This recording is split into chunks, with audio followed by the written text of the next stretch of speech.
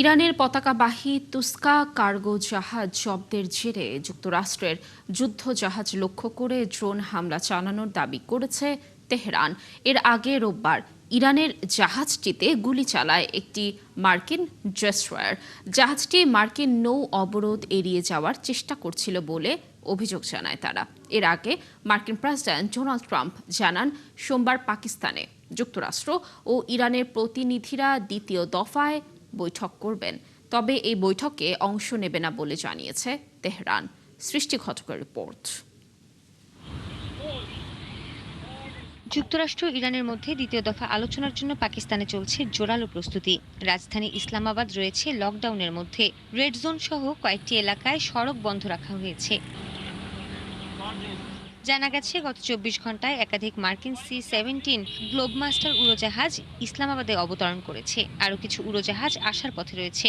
যুক্তরাষ্ট্রের আগাম দলগুলো, যাদের মধ্যে নিরাপত্তা দল ও সাঁজোয়া যান রয়েছে, ইতোমধ্যেই পাকিস্তানে পৌঁছতে শুরু করেছে। এটি ইঙ্গিত দিচ্ছে যে আলোচনা অনুষ্ঠিত হতে পারে।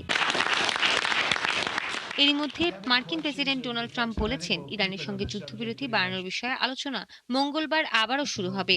হোয়াইট হাউসের দূত জ্যারেড কুশনার ও স্টিভ উইটকফ আলোচনার জন্য ইসলামাবাদে যাচ্ছেন। তবে তেহরান কোনো চুক্তিতে রাজি না হলে পুরো ইরানকে উড়িয়ে দেয়া হবে বলে হুঁশিয়ারি দেন তিনি। ট্রাম্প বলেন, চুক্তি না হলে ইরানের গুরুত্বপূর্ণ সেতু ও বিদ্যুৎ কেন্দ্রগুলো লক্ষ্যবস্তু করা হবে। তবে ইরানের রাষ্ট্রীয় গণমাধ্যম ইরনা জানিয়েছে, হরমুজে যুক্তরাষ্ট্রের অবরোধ অব্যাহত রাখায় এবং চুক্তিতে যুক্তরাষ্ট্র অস্বাভাবিক সব দাবি করায় আলোচনায় যাবেন না ইরানের প্রতিনিধিরা। তেহরান জানায়, যুক্তরাষ্ট্রের অতিরিক্ত দাবি, অবাস্তব প্রত্যাশা, অবস্থানের বারবার পরিবর্তন, অনবরত বিরোধিতা এবং নৌ অবরোধকে তারা যুদ্ধবিরতির লঙ্ঘন হিসেবে দেখছে।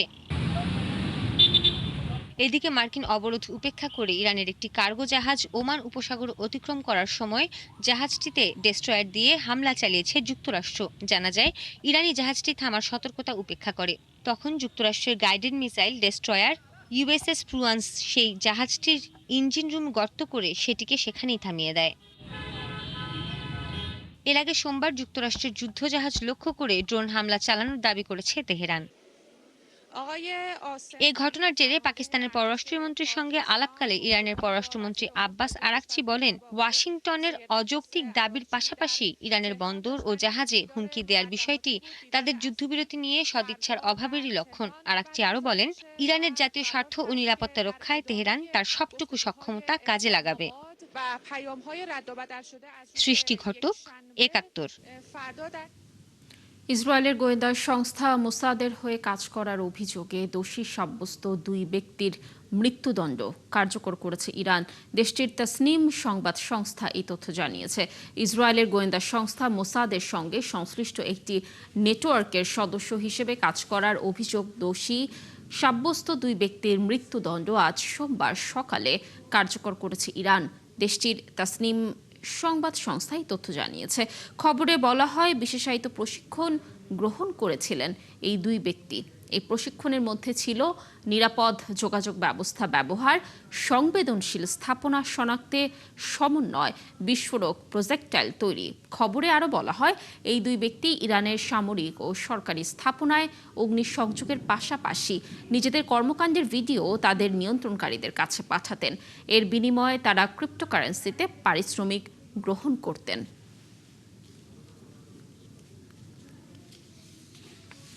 যুক্তরাষ্ট্র ইসরায়েলের সঙ্গে যুদ্ধের আগের চেয়েও দ্রুত গতিতে ক্ষেপণাস্ত্র ও ড্রোনের মজুত করছে ইরান।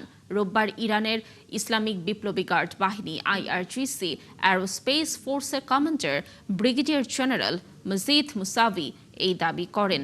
সামাজিক যোগাযোগ মাধ্যমে ক্ষেপণাস্ত্র ও ড্রোনের মজুত, রক্ষণাবেক্ষণ এবং পুনর্নির্মাণ কাজের ভিডিও পোস্ট করে IRGCর এই কমান্ডার জানান, যুদ্ধবিরতির সময় ক্ষেপণাস্ত্র ও ড্রোন উৎক্ষেপণ ব্যবস্থা পুনরায় সচল করার গতি যুদ্ধপূর্ব সময়কেও ছাড়িয়ে গেছে।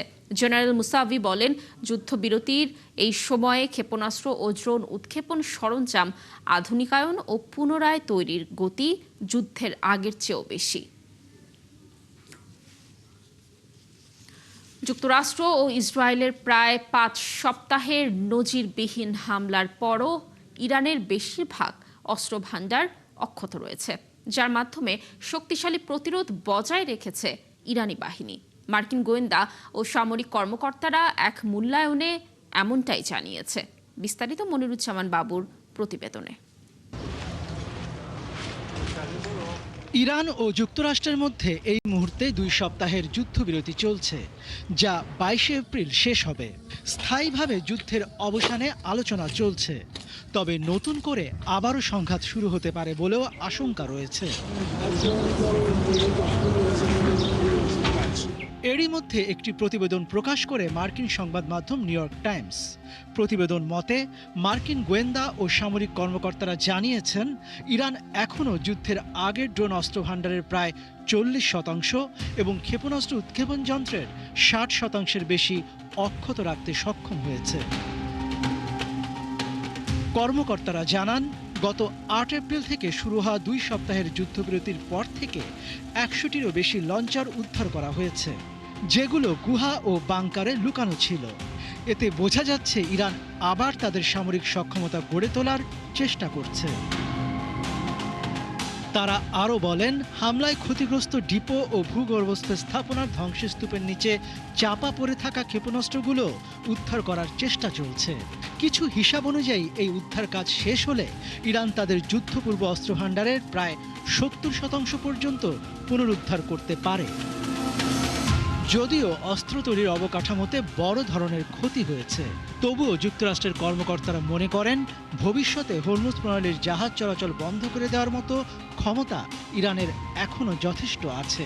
বিশ্লেষকরা বলছেন, এখন ইরানের প্রতিরোধ কৌশল মূলত ভৌগোলিক অবস্থান এবং অসম শক্তির উপর নির্ভর করছে। এদিকে রাশিয়াও এই পরিস্থিতি নিয়ে মন্তব্য করেছে। রাশিয়ার নিরাপত্তা পরিষদের উপপ্রধান দিমিত্রি মেদভেদ বলেন, একটা বিষয় নিশ্চিত, ইরান তার পারমাণবিক অস্ত্র পরীক্ষা করেছে, যার নাম হরমুজ প্রণালী। এর সম্ভাবনা সীমাহীন। তবে ইরান এখন পর্যন্ত যুক্তরাষ্ট্রের নৌ অবরোধের বিরুদ্ধে সরাসরি বড় কোনো পদক্ষেপ নেয়নি, যদিও এই অবরোধের কারণে সামুদ্রিক বাণিজ্য বড় ধরনের বিঘ্ন ঘটেছে। কর্মকর্তারা জানান, ইরানের প্রায় 90% অর্থনৈতিক কার্যক্রম সমুদ্রপথে হয়, যার দৈনিক মূল্য প্রায় $340 মিলিয়ন। সাম্প্রতিক দিনে এই বাণিজ্য বড় অংশই বন্ধ হয়ে গেছে। মনিরুজ্জামান বাবু, 71। দক্ষিণ লেবাননে হাতুড়ি দিয়ে যীশুখ্রিস্টের মূর্তি ভাঙচুর করেছেন একজন ইসরায়েলি সেনা। এই ছবি ছড়িয়ে পড়েছে সামাজিক যোগাযোগ মাধ্যমে। এই ঘটনাকে কেন্দ্র করে বিশ্বজুড়ে তীব্র ক্ষোভ ও নিন্দার ঝড় উঠেছে। সোমবার এক বিবৃতিতে ইসরায়েলি সামরিক বাহিনী অনলাইনে ছড়িয়ে পড়া ছবিটির সত্যতা নিশ্চিত করেছে। সেনাবাহিনী জানায়, উত্তরাঞ্চলীয় কমান্ডের ওই সেনার আচরণ পুরোপুরি অসামঞ্জস্যপূর্ণ। ঘটনায় তদন্ত শুরু হয়েছে এবং তদন্তের ফলাফলের ভিত্তিতে জড়িত সেনার বিরুদ্ধে যথাযথ ব্যবস্থা নেওয়া হবে। এদিকে ইস্টার সানডের দিনে ইরানকে নিয়ে কুরুচিপূর্ণ পোস্ট দেয়ায় ট্রাম্পের ওপর বিরক্ত হন খ্রিস্টান নেতারা। রোববার এক প্রতিবেদনে এ তথ্য জানিয়েছে সংবাদ মাধ্যম ওয়াল স্ট্রিট জার্নাল। সংবাদ মাধ্যমটি বলেছে, ট্রাম্প যখন কুরুচিপূর্ণ পোস্টটি করেন, তখন রিপাবলিকান সেনেটর এবং খ্রিস্টান নেতারা হোয়াইট হাউসে যোগাযোগ করেন। তারা তাদের আপত্তির কথা জানিয়ে বলেন, ইস্টার সানডের দিন প্রেসিডেন্ট গালাগালি করছেন, যা তাদের কাছে শোভনীয় মনে হচ্ছে না। যুক্তরাষ্ট্রের লুইজিয়ানা অঙ্গরাজ্যে বন্দুক হামলায় নিহত হয়েছে অন্তত 8 শিশু। রোববার শ্রেভপোর্ট শহরে এই ঘটনাটি ঘটে, যার মধ্যে 7 জনই হামলাকারীর নিজের সন্তান। পুলিশ জানায়, পারিবারিক বিরোধ থেকে এই হামলা হতে পারে। এদিকে পালানোর সময় পুলিশের গুলিতে নিহত হয় সন্দেহভাজন হামলাকারী। এই মর্মান্তিক ঘটনায় শোক ও আতঙ্ক ছড়িয়ে পড়েছে পুরো এলাকায়। দর্শক, আরও জানাচ্ছেন দেওয়ান মুবাশশিরা হোসেন। যুক্তরাষ্ট্রের দক্ষিণাঞ্চলীয় অঙ্গরাজ্য লুইজিয়ানাতে ভয়াবহ বন্দুক হামলায় প্রাণ গেছে অন্তত 8 শিশুর। স্থানীয় সময় রবিবার ভোরে শ্রেভপোর্ট শহরে ঘটে এই মর্মান্তিক ঘটনা। ভোর 6টার কিছু পর একাধিক বাড়ি জুড়ে বন্দুক হামলা চালানো হয়। এতে অন্তত 10 জন গুলিবিদ্ধ হন, যাদের মধ্যে 8 জনই শিশু। তাদের বয়স ছিল 1 থেকে 14 বছরের মধ্যে। ভোরের দিকে আমরা কল পাই। ঘটনাস্থলে গিয়ে দেখি একাধিক বাড়িতে বন্দুক হামলা হয়েছে। নিহতদের সবাই শিশু। এর মধ্যে হামলাকারীর নিজের সন্তানও রয়েছে। ঘটনার পর অভিযুক্ত বন্দুকধারী একটি গাড়ি ছিনতাই করে পালানোর চেষ্টা করে। পরে পুলিশ ধাওয়া করলে পাশের এলাকায় গিয়ে বন্দুকযুদ্ধে সে নিহত হয়। এতে আইনশৃঙ্খলা বাহিনীর কেউ আহত হয়নি। এই বাড়িটির ভেতরে 7টি শিশুর মরদেহ পাওয়া গেছে। আর একটি মৃত শিশুকে পাওয়া গেছে, যাকে দেখে মনে হয় সে বাড়িটির পিছন দিক দিয়ে ছাদে উঠে পালানোর চেষ্টা করছিল। এই ঘটনাকে ইতিহাসের সবচেয়ে ভয়াবহ ট্র্যাজেডিগুলোর একটি বলে উল্লেখ করেছেন লুইজিয়ানার মেয়র। হামলার কারণ এখন পর্যন্ত জানা যায়নি। একই সঙ্গে স্থানীয় ও অঙ্গরাজ্য পুলিশ যৌথভাবে তদন্ত চালিয়ে যাচ্ছে। তবে এটি একটি পারিবারিক সহিংসতার ঘটনা বলে ধারণা করছে স্থানীয় কর্তৃপক্ষ। দেওয়ান মুবাশিরা হোসেন, ৭১। মেক্সিকোতে ভয়াবহ সড়ক দুর্ঘটনায় যুক্তরাষ্ট্র দূতাবাসের 2 কর্মকর্তা সহ 4 জন নিহত হয়েছেন। রোববার উত্তরাঞ্চলীয় চিহুয়াহুয়া অঙ্গরাজ্যে এই দুর্ঘটনা ঘটে। বার্তা সংস্থা রয়টার্স জানায় নিহতদের মধ্যে রয়েছেন 2 মার্কিন কর্মকর্তা, একজন মেক্সিকান কর্মকর্তা এবং এক পুলিশ সদস্য। এর আগে তারা মোরেলোস এলাকায় একটি মাদক তৈরির ল্যাব বন্ধের অভিযানে অংশ নিয়েছিলেন। কর্তৃপক্ষ জানায় শনিবার চিহুয়াহুয়ার 2টি মেথামফেটামিন ল্যাবে অভিযান চালানো হয়। ওই অভিযানে অংশ নেওয়া দলটি ফেরার পথে দুর্ঘটনার শিকার হয়। এর আগে এসব সহিংসতায় কয়েকদিনের মধ্যে 30 জন কার্টেল সদস্য ও 25 জন মেক্সিকান ন্যাশনাল গার্ড সদস্য নিহত হন। চীনের আকাশ জুড়ে রঙিন বিস্ময়, হাজারো ঘুড়ির উড়াউড়ি। প্রাচীন ঐতিহ্য আর আধুনিকতার মেলবন্ধনে এক অনন্য আয়োজন চলছে 43তম উইফাং আন্তর্জাতিক ঘুড়ি উৎসব। দর্শক বিস্তারিত জানাচ্ছেন আরাফাত ইসলাম। পূর্ব চীনের সাংদাং প্রদেশের উইফাং শহরে শুরু হয়েছে 43তম উইফাং আন্তর্জাতিক ঘুড়ি উৎসব। শুক্রবারের আকাশ যেন নানা রঙের ক্যানভাস, হাজারো ঘুড়িতে ভরে উঠেছে দিগন্ত। বিশাল আকৃতির কুমির, মহাকাশচারী, মাছ, ভালুক আর জনপ্রিয় কার্টুন চরিত্রের আদলে তৈরি নানা রকমের ঘুড়ি মুগ্ধ করেছে দর্শকদের। শুধু বিনোদন নয়, এই আয়োজন যেন শিল্প আর সৃজনশীলতার এক অপূর্ব মেলবন্ধন। দারুণ লাগছে, পুরো আয়োজনটা অসাধারণ। আমি বিশেষভাবে এই আয়োজনটা দেখতে এসেছি।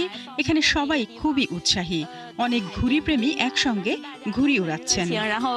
চীনে ঘুড়ি উড়ানোর ইতিহাস বেশ পুরনো, 2000 বছরেরও বেশি পুরনো ঐতিহ্য আছে এই উৎসবের। সময় বদলেছে, তবে ঐতিহ্য এখনো জীবন্ত। আমি ছোটবেলা থেকেই ঘুড়ি উড়াতে ভালোবাসি, তবে প্রাপ্তবয়স্ক হিসেবে এই উৎসবে প্রথমবার এলাম। অভিজ্ঞতাটা দারুণ, হালকা ছুড়ে দিলেই ঘুড়ি আকাশে উঠে যায়। উইফাংকে বলা হয় বিশ্বের ঘুড়ির রাজধানী। শহর জুড়ে এখনো মেলে তার প্রাচীন নাম ইয়োয়ানদু, অর্থাৎ ঘুড়ির নগরীর ছাপ। উৎসবেই শুধু নয়, এখানে রয়েছে প্রায় 2000 ঘুড়ির সংগ্রহ নিয়ে একটি সমৃদ্ধ জাদুঘর। সেখানে দেখা যায় প্রাচীন চীন থেকে শুরু করে বিশ্বের বিভিন্ন সংস্কৃতির ঘুড়ি। উইফাং প্রাচীনকাল থেকেই ঘুড়ির রাজধানী, এখন এটি আরও আন্তর্জাতিক হয়ে উঠেছে। বিশ্বের নানা দেশের মানুষ এখানে এসে একসঙ্গে ঘুড়ি উড়ান। রঙিন আকাশ, ঐতিহ্যের ছোঁয়া আর বিশ্ব সংস্কৃতি মিলে উইফাংয়ের এই উৎসব বিনোদন শুধু নয়, হয়ে উঠেছে বৈশ্বিক সংযোগের অনন্য এক প্রতীক। ঘুড়ির রঙে রাঙা এই আকাশ যেন মনে করিয়ে দেয় সংস্কৃতি আর আনন্দের ভাষা সবার জন্যই এক। আরাফাত ইসলাম, ৭১। দর্শক, এই ছিল আজকের আয়োজন। বিশ্বের আরও নতুন কিছু খবর ও বিশ্লেষণ নিয়ে আগামীকাল সকাল 9:30টায় আবারও হাজির হবে বিশ্বচোখ। চোখ রাখুন ৭১-এর ফেসবুক পেজে এবং সাবস্ক্রাইব করুন ৭১-এর ইউটিউব চ্যানেল ৭১-এর সাথে।